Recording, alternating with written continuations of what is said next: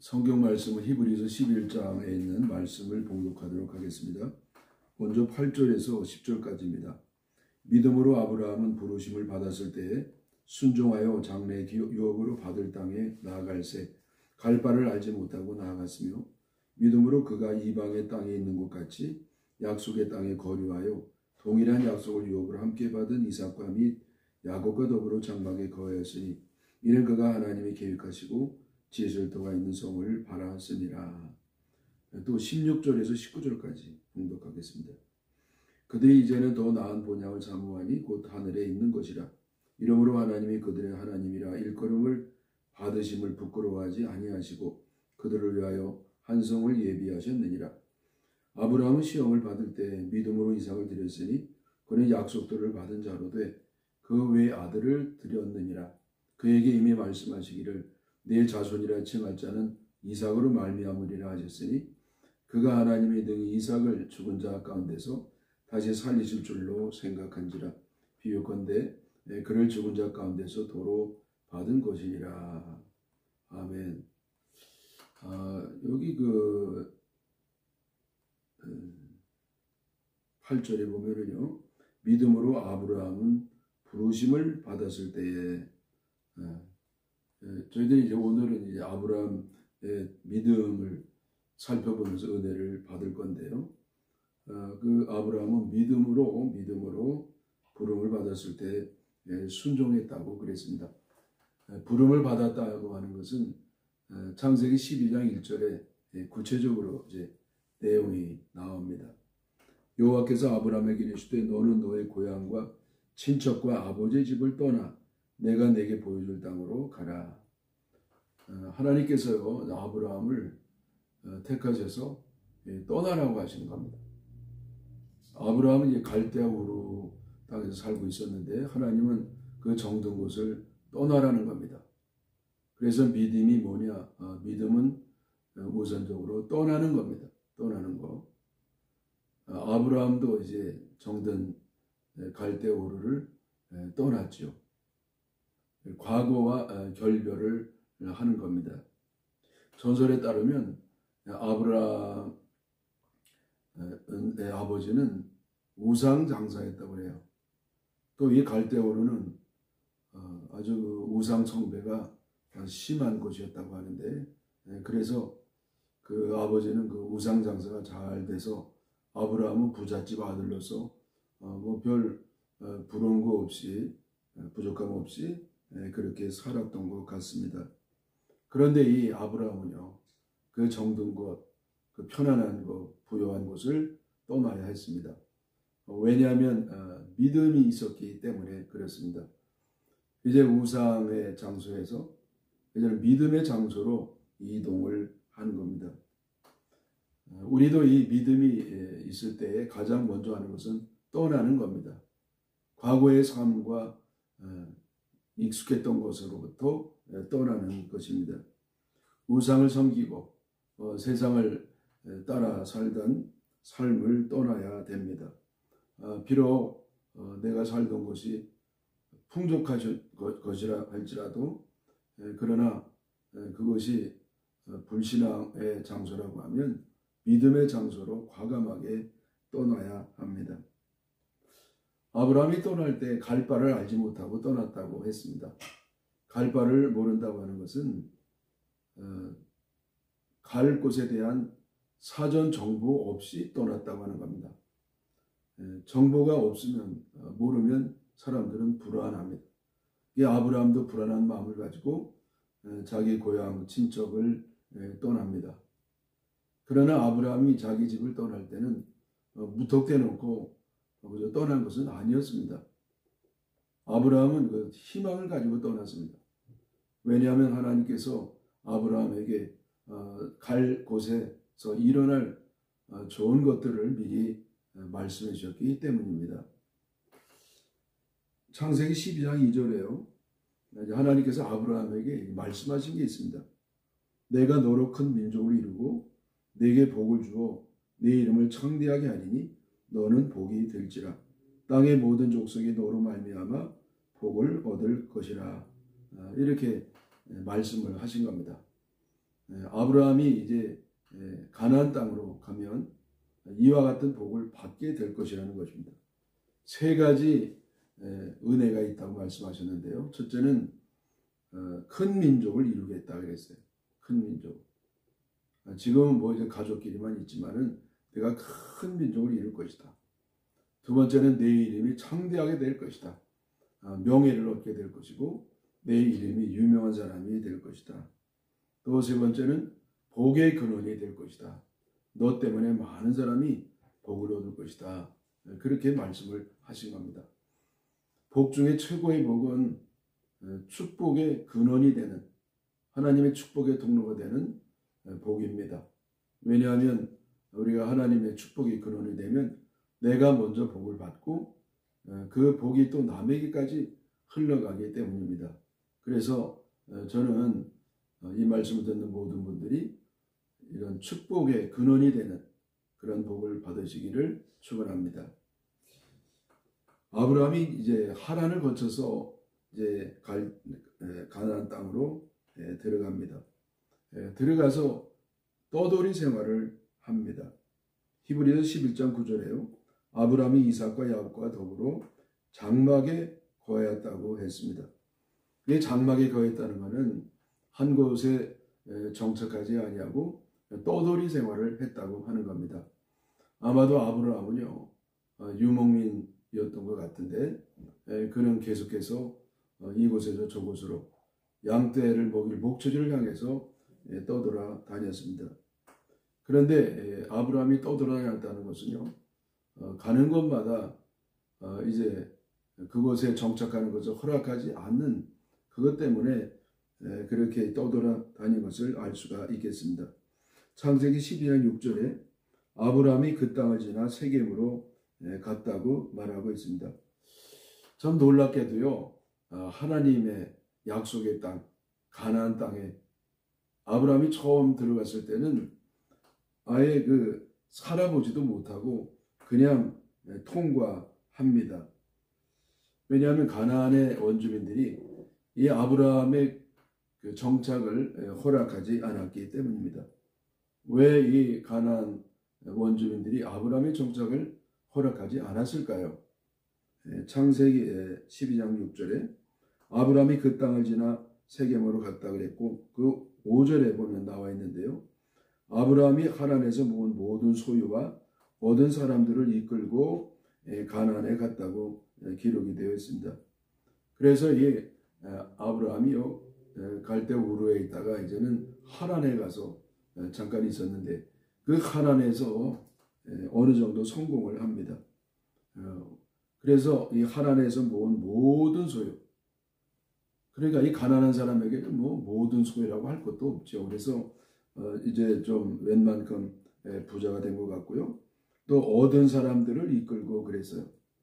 여기 사람을 얻었다는 것은 그 당시에 종들을 이제 얻게 되었다고 하는 건데 이런 목축업이 이제 잘 돼가지고 종들도 필요한 그러한 성공을 거둔 것으로 봅니다.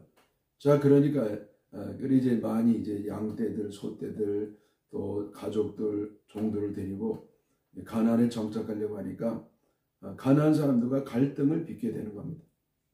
그러니까 이 가축을 먹일 그 목초지가 서로 겹치는 겁니다.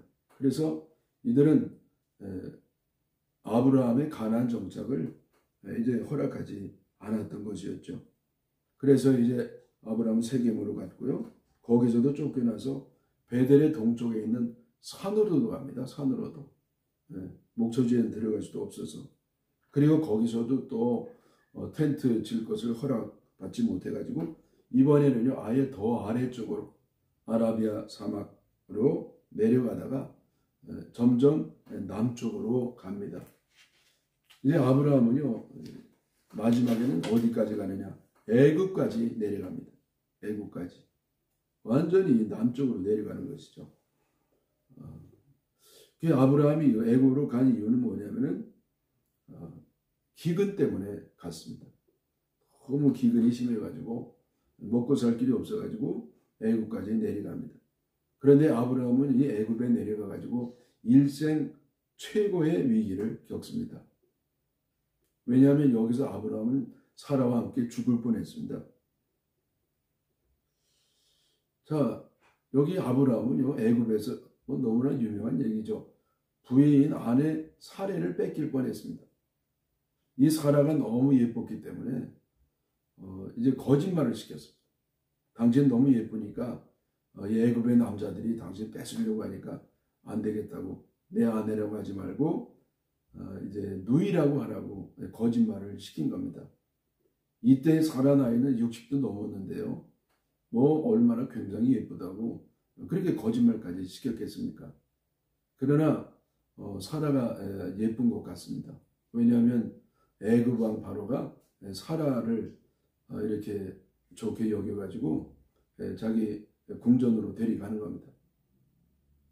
아브라함은요, 참 자기 생명과 이 사라를 지키기 위해서 거짓말을 했는데, 아이러니컬하게도 거짓말을 했기 때문에 이렇게 부인도 뺏기고 자기도 죽는 그런 일이 벌어지게 되는 겁니다. 그 바로왕은요, 정말 이 누이라고 생각을 했어요. 그래 편한 마음으로 데려가고 이제 큰일 났습니다. 진실을 말할 수도 없고 이제 그대로 있을 수도 없고 꼼짝없이 이제는 그 사라를 뺏길 지경에 이르게 됐습니다. 그러나 이때에 하나님께서 개입을 하십니다. 여러분, 우리가 꼼짝없이 어려운 일을 당할 그 순간에 하나님이 개입을 해주셔가지고 우리가 살도록 하시는 주님이신 줄 믿으시기 바랍니다. 그래서 이제 꼼짝없이 이제 죽게 생겼는데 하나님이 바로의 집에 큰 재앙을 내렸습니다. 그래서 이 바로 왕은요, 비로소 아브라함에게 속은 것을 알게 되었습니다. 왕을 속인 사람이 살 수가 있겠습니까? 아브라함이 이때 죽을 수밖에 없었습니다. 그러나 하나님이 역사하셔서 아브라함과 사라가 그곳에서 나오게 됩니다. 이 놀라운 것은 뭐냐면은 아브라함이 나올 때에 더 큰 부자가 돼서 나옵니다. 창세기 12장 16절에요. 이에 바로가 그로 말미암아 아브라함을 후대함으로 아브라함이 양과 소와 노비와 암수나귀와 낙타를 얻었다라고 기록되어 있습니다. 이제 사라를 데려왔으니까 대가로 아브라함에게 이런 많은 가축들과 또 노예들을 붙여 주는 겁니다. 자, 근데 이 아브라함이 나올 때요, 바로 왕이 도로 이제 뺏지 않았어요. 아마 꼴도 보여줬다고 얼른 가라고 그랬던 건지 몰라도 하나님이 배후에 역사하셔서 아브라함은요, 전하의 복의 축복을 받게 됐던 것이죠. 아브라함의 최악의 상황 가운데서 하나님은 최선의 역사를 이루어 주시는 겁니다. 우리 하나님은 전하의 복의 하나님이십니다. 내가 실수를 했건 무엇을 했건 간에 어쨌든 어려운 최악의 경우에 있을 때 하나님은 그 최악의 순간을 최선의 상황으로 만들어주시는 전하의 복의 하나님임을 믿으시기를 바랍니다. 하나님 뜻에 순종하는 사람들은요, 그 앞에 만사형통 일치월장이 기다리고 있는 건 아닙니다. 도리어 이 고난과 역경이 기다리고 있습니다. 이방 땅에서 참 박해 그리고 거절을 당했던 아브라함처럼 이방 문화에 참 함께하지 못하고 그리고 차별을 당하고 배척을 당하고 또 미움을 당하고 왕따를 당하기 쉬운 겁니다. 그래서 많은 사람들이요, 이방 문화에 동화가 되든지 아니면 이방인처럼 사는 사람들이 생깁니다. 그러나 이 믿음의 사람은요, 그 이방 땅에 살 때에 그렇게 이방에 동화되거나 그리고 영향을 받고 살지 않습니다. 참 믿음이 있는 사람은 영향을 받지 아니하고 영향을 줍니다. 하나님을 꽉 붙잡고 또 하나님 말씀에 철저히 순종하며 믿음으로 삽니다. 그리고 점점 축복의 통로가 되어서 선교하고 많은 사람들을 하나님께로 인도할 수가 있는 겁니다. 새는요, 걸어 다니면은 잡혀 먹을 수밖에 없습니다.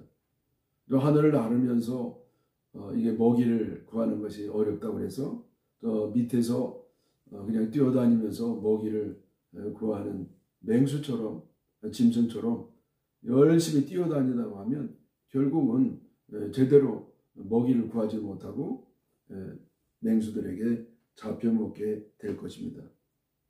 여러분, 우리 믿음의 사람들은 새와 같다고 할 수 있어요. 새는 날라야 됩니다.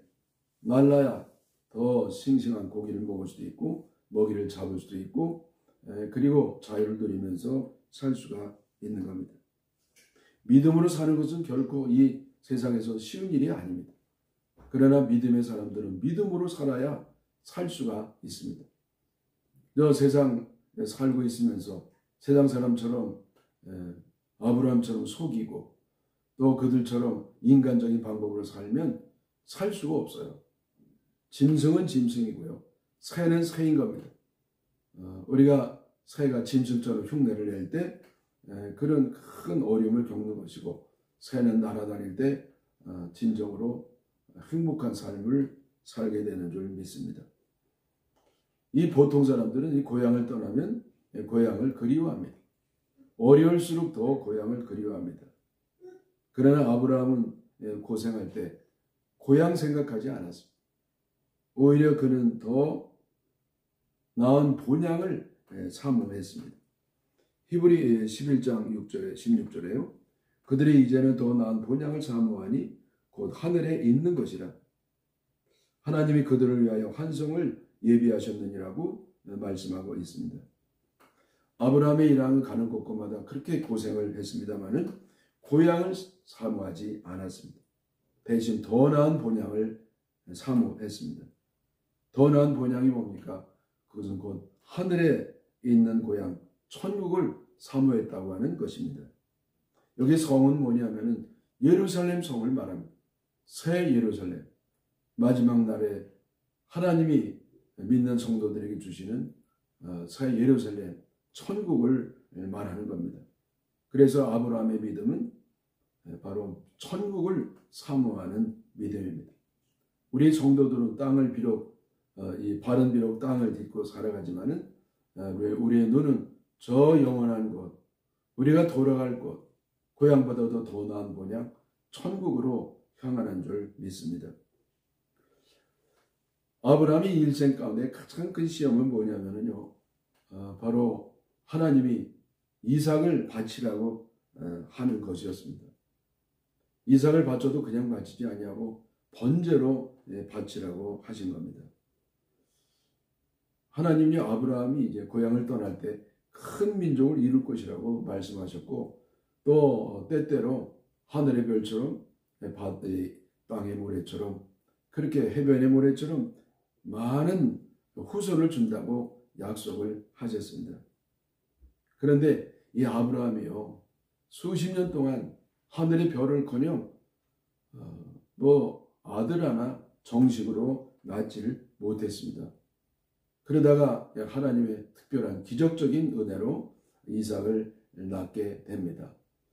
아브라함과 사라가 전혀 아이를 낳을 수 없는 그런 육체를 가졌을 때 이런 큰 기적을 체험하게 됩니다. 그것은 바로 하나님의 기적적인 역사와 아브라함의 믿음, 그것 때문에 믿음으로 난 자식입니다. 그런데 그 이삭을 하나님이 이제 바치라고 하는 겁니다. 이 이삭을 바치는 것은 도저히 이해할 수가 없는 일입니다. 첫째로 이 이삭은요, 하나님의 이삭을 바치면 하나님의 약속과 어긋나는 겁니다. 하나님은 다른 사람이 아니라 이 이삭을 통해서 낳는 자야만 후손이 될 수 있다고, 약속의 후손이 될 수 있다고 말씀을 하신 겁니다. 그런데 만약 이 이삭을 이렇게 죽여가지고 제물로 드리면 이제는 후손이 없어져서 하나님의 약속은 이제 물거품이 되는 겁니다. 또 이게 자식을 사람을 인신 제물로 바치는 것은 하나님의 극악무도한 것으로 보는 겁니다.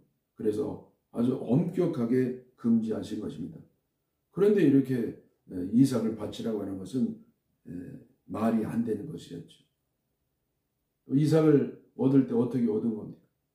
저 하나님께서 이삭을 주시려면 바로 주셔야 되는데 그냥 애를 먹이다가 다 포기할 지경이 돼가지고요.